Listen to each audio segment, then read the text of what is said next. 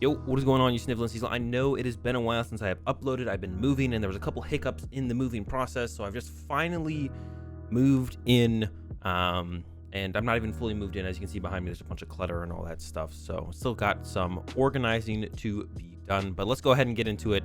Top 10 battle styles cards. Number 10 is that Korff Knight VMAX with the illustrious body ability, prevent all effects of your opponent's Pokemon's abilities done to this Pokemon, and that G Max Hurricane for 240 for metal colorless, and then you can't use it on the next turn. 320 HP, so with some goggles, Luke Metal's GX attack is going to be super tanky potentially, really hard to deal with, and you know it is weak to fire, but you could add in those coding energy, remove the weakness, and it has free retreat as well, so it's always a nice bonus when a card you're playing has that for your retreat cost. I've seen a lot of people have been saying that this is going to kind of replace Zation in Luke Metalization. I'm not 100% sold on this card, but I don't really think there's anything better to fill up this 10th spot. Another way to play this card would be combo with the Bronzong with the metal transfer ability that allows you to move metal energy from one Pokemon to another your Pokemon as often as you like during your turn. So I could see it comboing with that. I'm not sold on that either. The Bronzong isn't like a huge part, it doesn't really make the deck. The attackers still have to be really good, and then Bronzong can kind of maybe be a really nice addition to some or to the best metal attacker. We'll have to wait and see if Bronzong even gets played and stuff, because it might just be kind of not worth the addition of a stage 1 line in your deck. You'd have to play like a 2/2 or something like that. So I don't know if people are going to play the Bronzong, but I've been seeing a lot of people talk about Korff Knight replacing Zation in Luke Metalization. I could definitely see it happening. I'm not sold on it yet, and that's why Korff Knight's in my number 10 spot, because I'm not sold on it actually even doing anything in the new format, but we're gonna have to wait and see. Let's move along to my number 9 card. I got the Cherum in here with the Spring Bloom ability. As often as you select during your turn, you may attach a grass energy card from your hand to one of your Pokemon, but it can't be a Pokemon with a rule box. You can't put it on Vs, you can't put it on GXs, you can't put it on even Prism Stars. So a really good attacker with grass energy is that Shaman Prism, which you probably will still play with Cherum, but you can't put grass energy from Spring Bloom on Shaman. Thankfully, Shaman only takes 2 energy to attack, so it's not really too hard to just go like have Cherum set up other attackers, attack with those attackers while you attach to your Shaman Prism or something like that. And there is the Tapu Bulu coming out of the set with the Nature's Judgment that does 160, so that 2-hit KOs most VMAXs, most tag teams, so that could be the main attacker to combo with Cherum. I think the Cherum is just super good. Also, unlike like Frostmoth, Cherum can put the energy on your active Pokemon, which is a super nice addition to the card that it kind of has. But yeah, can't put it on rule box Pokemon, which definitely limits it a little bit. I'm still a huge fan of the card. I really like it. I think it's super strong. It just needs the right attackers to go with it. Like I said, the Tapu Bulu is coming out of the set that can definitely work with it. Shaman Prism is not that hard to set up as well, but we're gonna have to wait and see how good the Cherum actually is. You could use some V and GX Pokemon and play like energy switches to get the energy on those Pokemon. That is possible. That is a way to get that energy there. But yeah, we're gonna have to wait and see on the Cherum as well. See if there's enough Pokemon, enough options. The Bulu and the Shaman Prism are a good start. I don't know if that's really gonna cut it to get dubs over these super big tag team and VMAX Pokemon though. We'll have to wait and see, try it out. Number 8 card is Tower of Darkness. Now we're getting to a little bit of a stretch of the single strike and rapid strike cards here. For the support stuff, Tower of Darkness I have under the Houndoom and the Artillery, because it really relies super heavily on single strike cards being good, and then even then you might not play it if like Chaotic Swell is really popular, or maybe there's a different stadium you'd want to play. But and it also depends on how many single strike cards you play in your single strike deck. If you're only running like a 3/3, single strike Urshifu and that's it, then you probably don't want to play the Tower of Darkness because you don't have a ton of cards to work with them. But I assume if you're playing single strike Urshifu, you're probably playing the Houndoom as well. But if you're going some other route with single strike, then you maybe won't even play the Tower of Darkness. You just don't have enough single strike cards in your deck. So even if you are playing a single strike deck, it doesn't mean you'd have enough cards in the deck that where you'd want to be discarding them with Tower of Darkness. So that's why Tower of Darkness here, I mean, pretty low on my list, I guess, as far as the single strike rapid strike cards, but super good, right? Discard a card, draw 2 cards is super good. You don't use all 60 cards in your deck. There's plenty of cards that become like filler for the game you're playing, for the matchup, for the situation. So gonna be able to easily have cards usually that you'll be able to discard, and yeah, drawing 2 cards is always good, especially in like the current era of everything trying to maximize consistency in Pokemon right now. It feels like, you know, every deck is trying to be as consistent as possible. So being able to draw +2 cards and discard a card you don't think you're going to need, or you definitely know you're not going to need for the future of the game you're in, is pretty good. So yeah, Tower of Darkness here at number 8. If single strike cards, if there's a good single strike deck, it'll probably be played unless you're only playing like a couple single strike cards, which is definitely possible. So might not see play in every single strike deck. Level Ball is my number 7 card. Super excited to play some Level Ball in Mad Party. I'm sure there's a ton of other decks that are going to definitely appreciate Level Ball coming back, and I'm super glad it's just coming back in general. I think Level Ball is such a strong card. It probably could have always been out, you know, it probably never needed to be not reprinted, but it's back now alongside Escape Rope and EXP Share, which aren't in my top 10 because I don't think they're as big of game changers as Level Ball. So Escape Rope and EXP Share, I will give them kind of a shout out here because cool to see them back as well, but I think Level Ball is gonna add a lot more to boost decks consistency and viability, whereas Escape Rope is kind of just like, oh, I caught my opponent off guard, or I got to use it on an early turn and get some value. And an EXP Share, we still have Tool Scrapper in the format, so if an EXP Share deck, you know, becomes really, really good, people are just gonna up their Tool Scrapper count and then Tool Scrapper the EXP Shares. So it'll be in and out, up and down, maybe. EXP Share will be, but Level Ball should probably be a consistent factor throughout its lifespan here in the standard format. We'll probably see it constantly played in, you know, at least a tier 2 or tier 3 deck, if not a tier 1. And I'm super excited personally to play it with Mad Party because I think it adds a whole bunch of consistency to Mad Party, helping us find those Poltergeists, getting those set up turn 2. So super excited for Level Ball and Mad Party personally.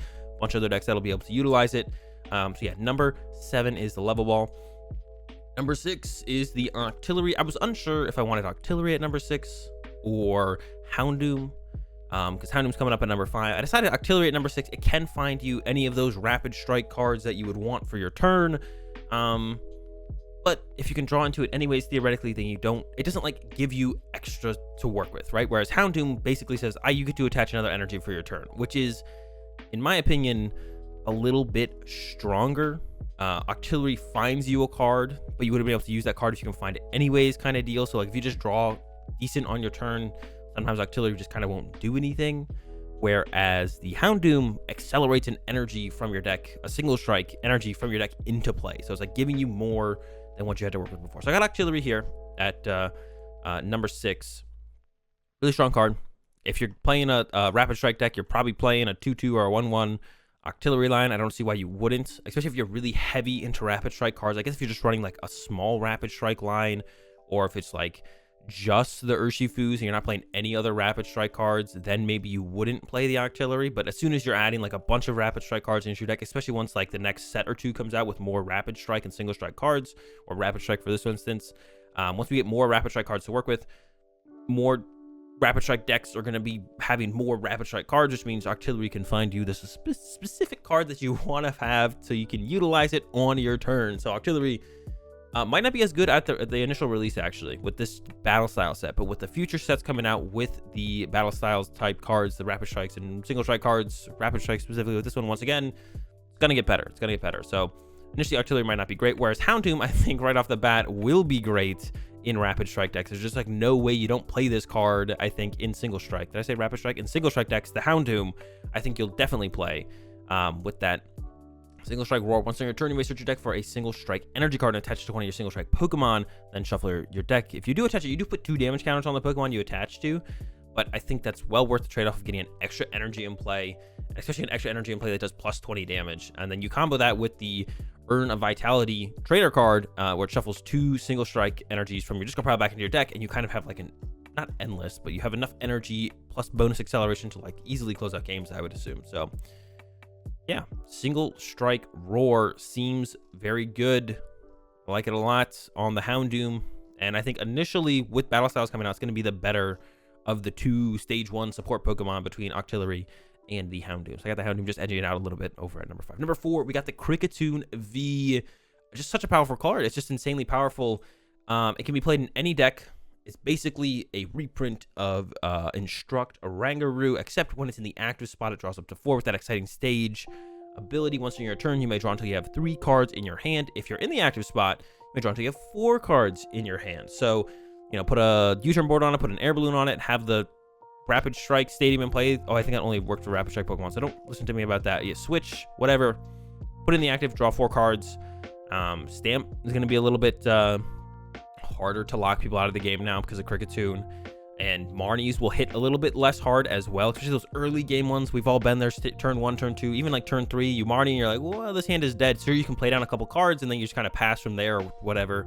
Don't get to have quite as good of a turn as you'd want. But now if you can play down a couple cards, and then exciting stage for a couple cards, you're probably right back in it. So I like the Kricketune for that. Of course, I'm a huge fan of playing reset stamping decks, so I don't like it for the fact that I can't reset stamp my opponent and probably lock them out of the game like I would like to as easily. But yeah, Kricketune super powerful. It's just good card. As long as you're playing, you know, the Dene Crobat, you already have that basic 2 prize, easy to knock a Pokemon on your bench. You may as well put a Kricketune down there and protect yourself from Marnies and reset stamps. So huge fan of Kricketune. I think it's super strong.